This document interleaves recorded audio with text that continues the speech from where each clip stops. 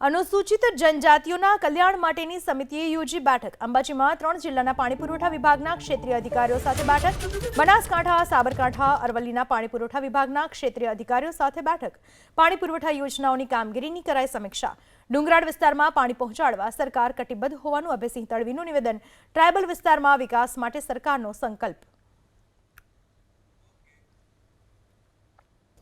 ડીસા, લાખણી, અમીરગઢ એની પાણી પુરવઠાની યોજનાઓની થી કેટલા લોકોને લાભ મળે છે, કેટલા ગામોને મળે છે, એની વિગતવારે અમે અધિકારીઓ સાથેથી માહિતી મેળવી છે। અને હજુ પણ ફોરેસ્ટના 6 ગામોને કંઈ પાણી મળતું નથી, એ કામ પ્રગતિ હેઠળ છે।